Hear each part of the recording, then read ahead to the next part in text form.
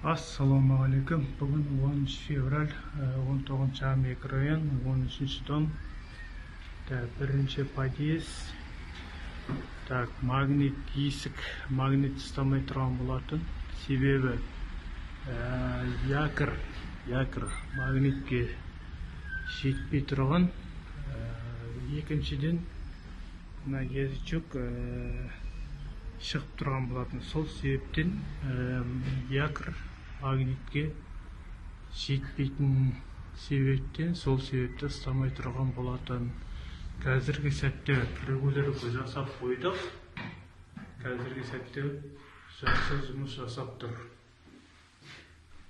Есікті ұстап тұр, магнитке якір жақындап жабысып тұр. Есік ашылмайды.